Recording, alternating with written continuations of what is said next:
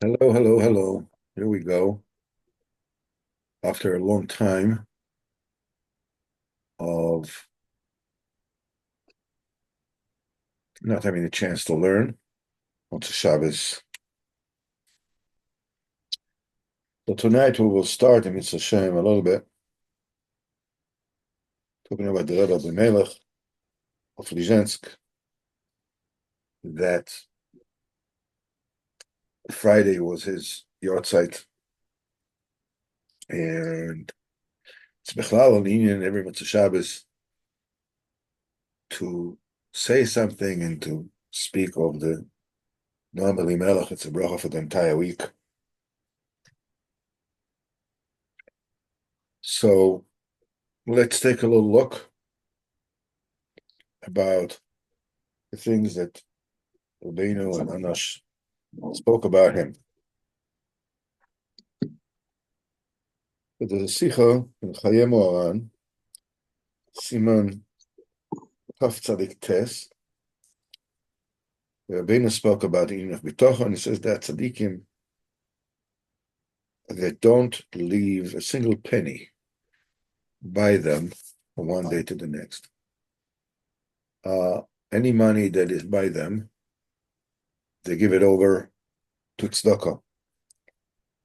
And like they said, the Baal Shem HaKadosh used to do it, and the Holy Tzadik, our Rav Rabbeinu Rebbe Elimelech, and every single day they would spend all the money that they had, and then leave by them any money from one day to the next. Then it says that you have to be, a really strong, accomplished individual to be able to do that. You have to be strong and bitochen. And this is because if you make some kind of mistake about it, it's already not good. I mean, it says, but there's a milo that's even greater than that. These are the tzaddik, that are able to withstand that union of giving the money away and hold the money by them. He says this is much higher. This is much more difficult avodah. Because Rabbeinu used to do that, and he said a few times this is a much harder avodah. In other words, to hold the money and not to totally give it away every single day to tzedakah. And Rabbeinu gave proof to that, and he says the Ovasaklation, Avraham, Yitzchak, Yaakov, they were tremendously wealthy. Yaakov Avinu he came to Shechem, and he bought the field from Shechem. So, but he had the money to do it. Apparently, he kept the money. Yaakov Avinu was able to do that. Ram Avinu bought Machpelah. He had 400 shkalim, where do you have the money? And he kept the money by him. He says that by the great tzaddikim, this avodah of holding on to the money is a higher avodah than the avodah of giving all the money away. That was the avodah, the madrega of the Rebbe Elimelech, that used to give the money away every single day. The main nakuda that is important to make about the Noam Elimelech and all the tzaddikim bechlal v'befrat. So let me just mention this particular inyan in detail. And just a second.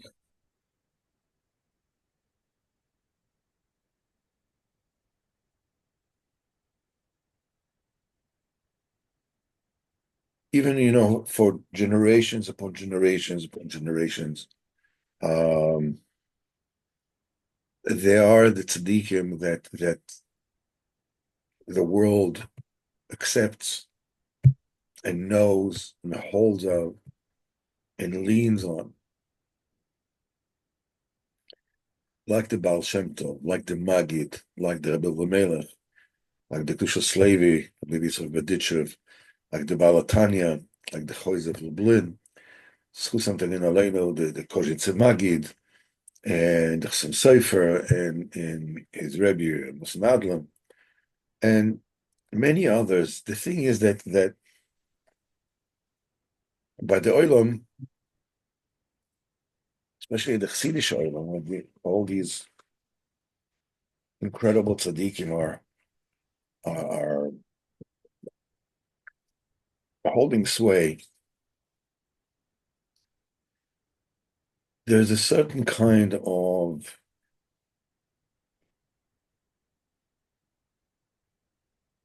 I don't want to say hearsay, but a certain kind of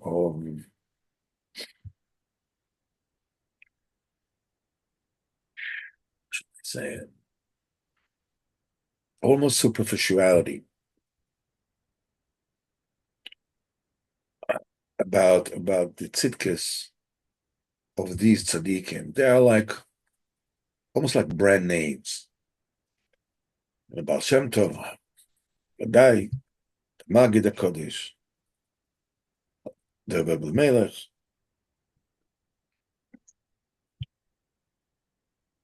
What people don't figure out. I mean, I remember I heard at a sikha many years ago with a yid, yeah, a dear yid. What was that? Years ago, whatever. And he said about one particular tzaddik. This one's a tzaddik, and this is a tzaddik. And when we spoke about Reb Nosson, now he didn't know Reb Nosson. He wasn't a Breslov Chassid, and he said that well, Nosson was given an El Chayid, as a kosher yid, but a tzaddik is the thing that was conveyed by that statement was a total lack of understanding of what makes a tzaddik a tzaddik. I mean, how can you can say about Reb Nosson? Do you know what Reb Nosson was? Have you ever learned Likutei Halachos? Have you delved into his life? The point is, he that particular person didn't do any of that. But the main union was that he just leaned on common knowledge. Whoever is considered to be a brand name tzaddik, Vada is a brand name tzaddik. Anybody who is not known as a brand name tzaddik, mistama is not a brand name tzaddik. He's not mistama on a tzaddik, no, very important Jew or whatever, but the thing that people do not understand about the Noam Elimelech, about Baal Shem Tov, about all these tzaddikim, I know that what I'm saying is like a little bit hard to comprehend. Like it's almost like a duh statement. I mean, what are you saying? They were tzaddikim because they really were tzaddikim. Means they were not tzaddikim because they're considered, because they're known as tzaddikim, so obviously they were tzaddikim. No, the point is that they were known as tzaddikim because they really were this amazing, immense, incredible Ovdei Hashem. The Rebbe Elimelech, they say he made tshuva for having clapped on his mother's breast as a baby when he was breastfeeding. So that sounds like, wow, that's an amazing madrega, whatever it is. I mean, it sounds like one of these like fantasies, but do you know what he did? So he made tshuva being Metzara, his mother, when she was pregnant with him. The Noam Elimelech burnt his hands for tshuva for having his mother. when he was a baby. He put his hands on the fire. He burnt his hands. He literally burned his hands. His mother cried for him. So one hand, healed enough so he was able to put on film. He burnt his hands. He didn't play around. He didn't say, "Oh, I'm doing tshuva." He, it's impossible. When at the time the avodah of the normal melech, which is really not shaykh to our days, it's very important to know.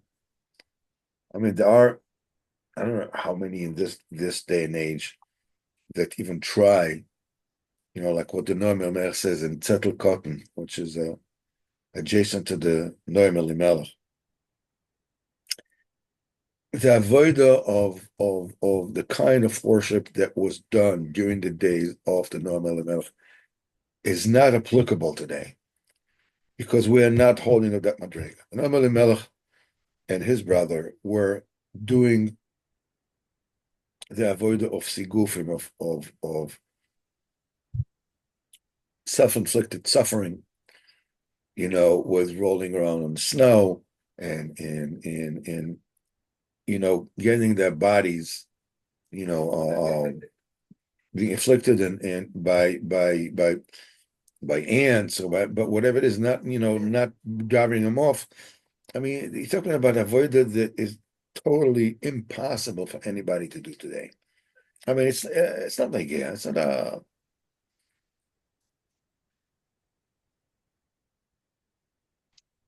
There was another tzaddik in I don't know 150 years ago in I think it was in Hungary that would give food away to poor people every single Motzey Shabbos, for every Shabbos, every week. Now, all he had was a cow. He had a single cow. It used to be a common thing. People had a cow, and the cow was, what people lived off. They milked the cow and they sold the milk or whatever it is, and maybe a couple of chickens, whatever it is. But the cow was that the prized possession was the cow. This is what. In 1 week, he did not have money to give food to the poor people. So he took his cow and he shechted the cow. He slaughtered the cow and gave the meat to poor people. A tzaddik is a tzaddik because he's a tzaddik. A tzaddik is not a tzaddik because he's considered to be a tzaddik, or has a reputation of being a tzaddik. The important thing that we are learning with Limudi Rabbeinu and everything that we know, that there are two things that we need to understand. The first thing, which is personified by the normal Elimelech, is the fact that Am Yisrael leans on the Tzadikim. The Sochos of the Tzadikim is the pillar upon which we lean on, Am Yisrael leans on. You can see this world is handled by, seemingly by natural means. Why did this happen? Because this happened. Why did this happen? Because of that. But all the explanations that people explain of why, quote unquote, things happen is not really, when talking about scientific, it's not why things happen, it's how things happen. But why things happen, whatever the why that people say, it's totally wrong from beginning to end. Things happen because the Kodesh Baruch Hu wants them, because Am Yisrael needs to be gotten to the Geula, to redemption. Everything happens towards that end. When Am Yisrael, the entire conduct of HaKadosh Baruch Hu in this world is very much akin to, ways, this thing that they have for cars. Cars have this thing you put on, and it shows you the way, it tells you when to turn, and there's a whole mahalach that it leads you, that you're supposed to follow, and this is how you get to where you need to get. Now, what happens if you don't, GPS? What happens if you don't listen to what he tells you? He tells you next turn left. You don't want to turn left. You keep on straight. He tries again. He says, "Listen, go do a U-turn, the next roundabout." You say you don't want to do it. You keep on going straight. What happens is, okay, recalculating the route. The thing is, it's going to bring you to where it is that you're going. You'll simply have to drive longer.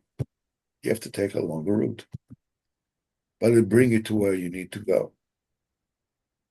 Whatever it is that we do, our behavior, the way that we conduct ourselves, if we don't listen, it'll just take a longer route. But himself, Bezat Hashem, we're going to get to the redemption, to the Yul Shleima, Bezat Hashem. Vada. And the staff that we lean on, the rock that we stand on is the Sochos of the Tzadikim. This is the real why. This is the real thing that causes things to happen. If it wasn't for the Tzadikim, this is Am Yisrael. It says it is called a vine, geffen. It says, why is it called a vine? It says the same way that a vineyard, a vine is a very, skimpy tree. It cannot stand on its own. It'll just go all the ground. So what they do is they put, sticks, and they hang the vine on it. This is how vines grow. They have to be. This is Ma Geffen. It leans on dead woods. The dead sticks that they put the vine over. The vine's over. Am Yisrael is standing, leaning on the tzaddikim of yesteryear. A tzaddik is somebody who is alive in this world and the next world. And the Rasha is somebody who is dead while he's alive.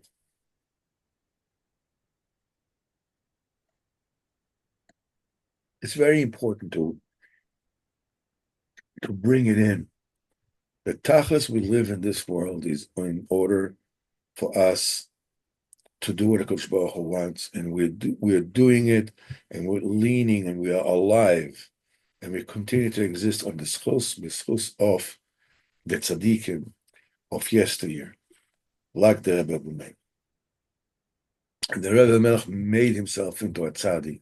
He worked for it every single day. He said, one of the things that, that he said about it, about what is his,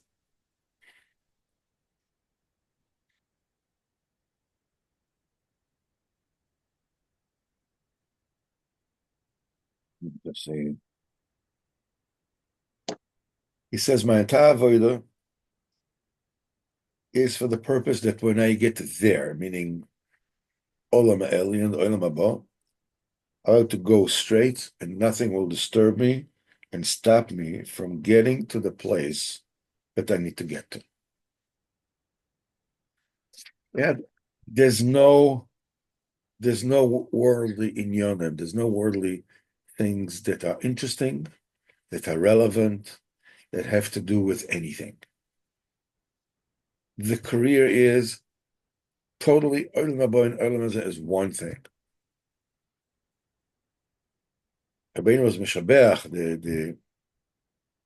the Baal Megala Amukos, and he said that Baal Megala Amukos, before he passed away, he said, I said, I skipped over this world, and Rabbeinu was praised it, and he said, an amazing thing to say, to be able to say, I skipped over this world. Think about it. Anybody and everybody that is the best in anything in this life, I don't care if he's the greatest violin player or the greatest chess player or the greatest physicist or the Havif of the Abdullahs, the greatest Tzadik. The reason why the best are the best is because they had tunnel vision. It excluded absolutely everything in this world except that one thing that they were shooting for.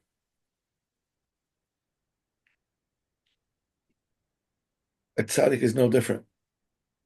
A tzaddik is somebody who is tunnel vision to serve HaKadosh Baruch Hu.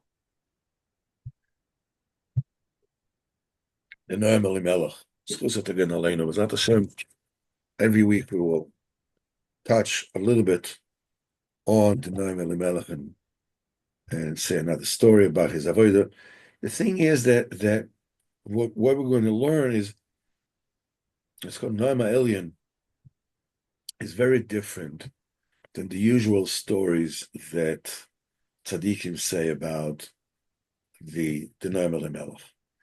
What people say about Noam Elimelech is the moifsim, is the miracles that he was performing. We'll touch about one story. It's not actually, it's a Maisa that was given over from the a Talmud of his Talmud. The great Talmud of the Noam Elimelech was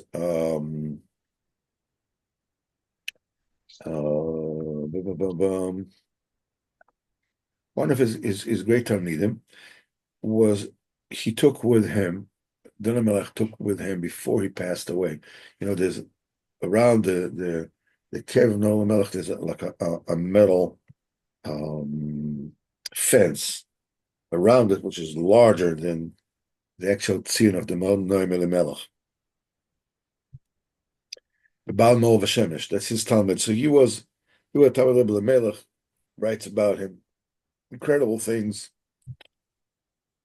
And he said that before he passed away, the Noam Elimelech took him out of town, and he said, you have to strengthen yourself, you have to hold yourself, And it was a time of Chatzos, and the opener says that the heavens opened. He said the heavens opened, and an astonishing light shot down to the world and hit the ground at a specific place. And then it was off. And the Baal Mo'ov Hashemesh was like, Plonimus.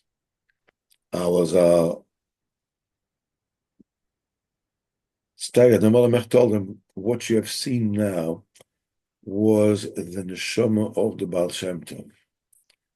The Melech did not know the Baal Shem Tov. I mean, he was alive during his lifetime, but he was a Litvak, he was a Mesnaged. And later on, he was Mukarav to the Maggid of Mizrich.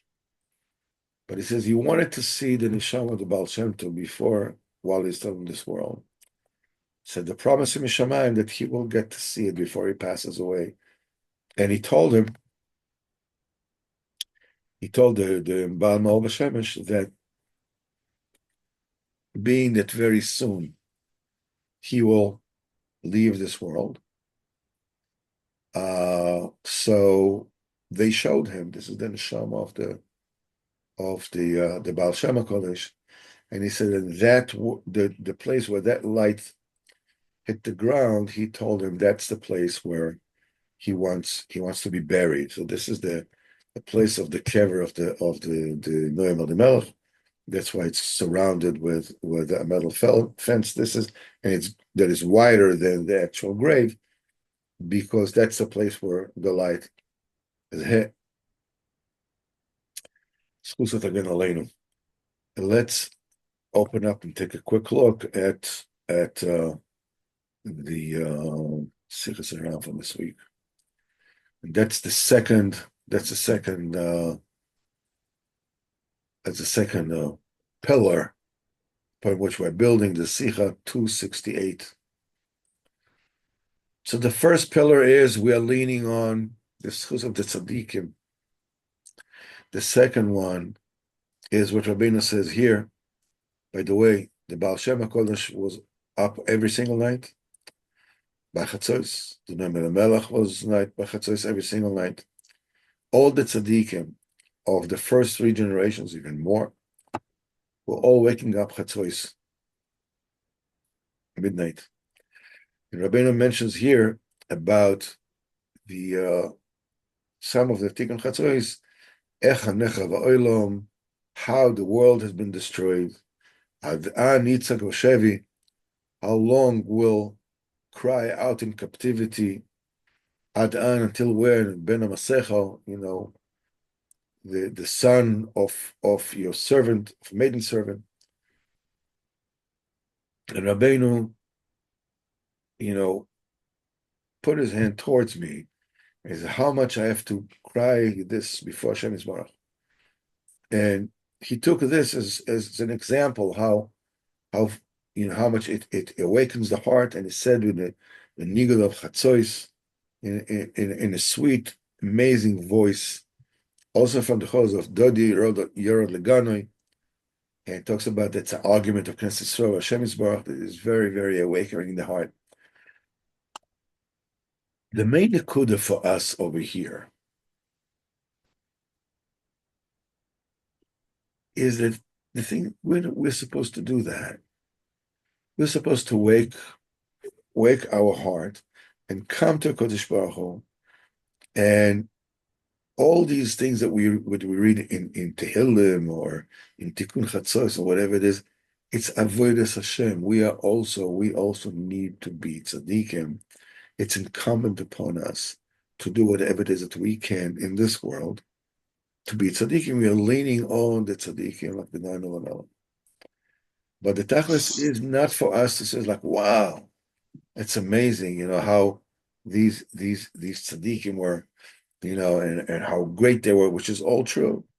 And this Shevach tzaddikim is Rabbeinu said, it elevates the das, and whenever you mention the tzaddik, so his chus is awakened, all his avodah is being awakened, the power that is awakened and comes to help you. But the thing is, you're supposed to do something with it.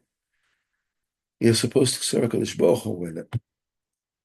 It's not just something that okay, it's a wow, they were great. And they were great. But we're not an audience. It is there for us, to grab onto them, to lean on them, and to serve Kodesh Baruch Hu with it. We are here to work, each one according to what he can.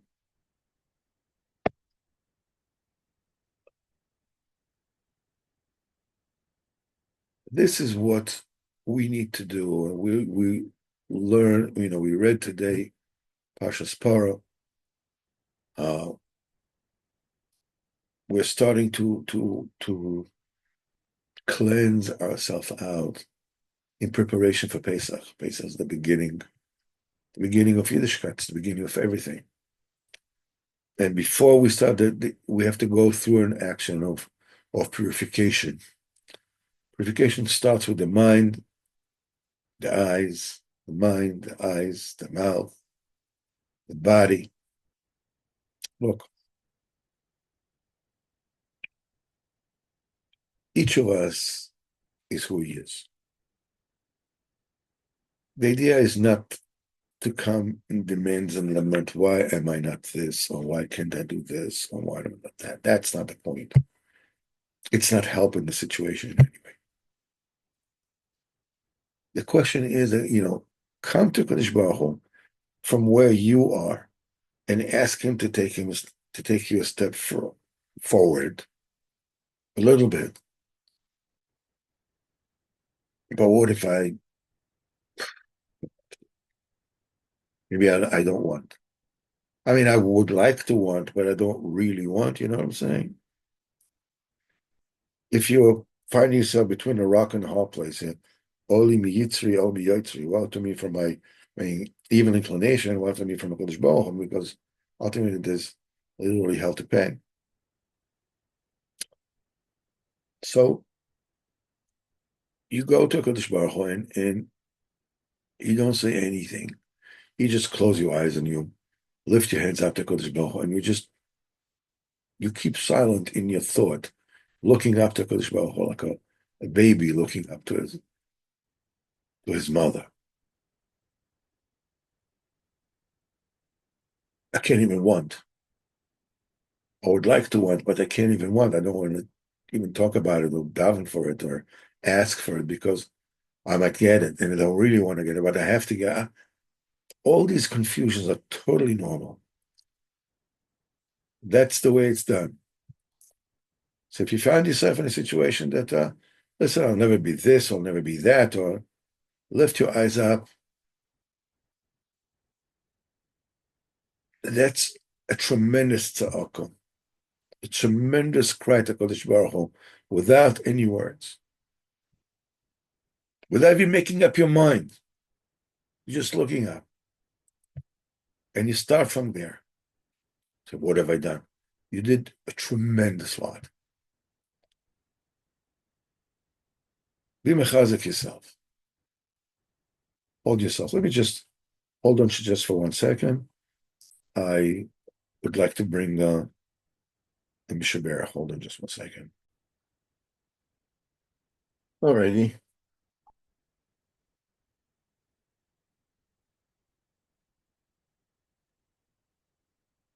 I'd like to finish tonight's learning, and you can unmute yourselves if you want. I want to make a Mishaberach. Bezat Hashem Mishaberach Avosenu Avram Yitzchak and Yaakov Yevarach Kol HaKadosh Kol HaKal HaKadosh Zeichet to be Osik in the Torah. Tzchaz HaKadosh Baruch Hu Yishmerem v'yatzilem mikol tzara v'tzuko nego v'machlo Yishlach brocho v'atzlocho b'chol ma'aseh yadeim. Anybody needs zivug, B'ezat Hashem will find zivug quickly, B'ezat Hashem. Zivug ha'avur m'shamayim, a good-hearted woman in Yerushalayim, and a Baal Tzadik, B'ezat Hashem, with midas tevis in Yerushalayim. Anybody needs shalom bayit, B'ezat Hashem, will get shalom bayit by shalom tamisin. The Shekhinah, B'ezat Hashem, will be in his life. Zechet Tibonim, and anybody needs parnasa, B'ezat Hashem, will be zechet to parnasa tovim in Hashemayim. His parnasa will fly to him, kifla kiflayim. Anybody needs refuah, B'ezat Hashem, will zechet to refuah shleima, b'mhira b'yameinu, refuah sanefesh, refuah saguf, toch shachol Yisrael, b'chlolom, B'ezat Hashem. Yisrael ben Estaleah, Oded ben Chana, Moshe ben Pesia, Moshe ben Chasiba, Moshe ben Chaya. You have anybody that you want to mention? Greg ben Laura. Again? Greg ben Grace? Laura. By Slora, okay. Avram ben Fega. And Hillel Lozer ben Golda. And Abeliezer ben Etya. Absimcha ben Miriam Chana. Abnoson ben Miriam. Kamir Shechter Shlita. Everybody every single person will be zoiche b'chayim chayusa in this world to do everything for which his neshama came down to this world for. B'ezat Hashem will be zoiche to be mikabel pnei Mashiach tzidkeinu b'ezat Hashem, and the building of Beis Hamikdash and Ches HaMeisim with the entire Klal Yisrael Aleinu. Noimer Amen. Amen. Kol tov v'shkoyach godol. Be matzliach. B'ezat Hashem. כל טוב, בשורות טובות, הרב, שבוע טוב.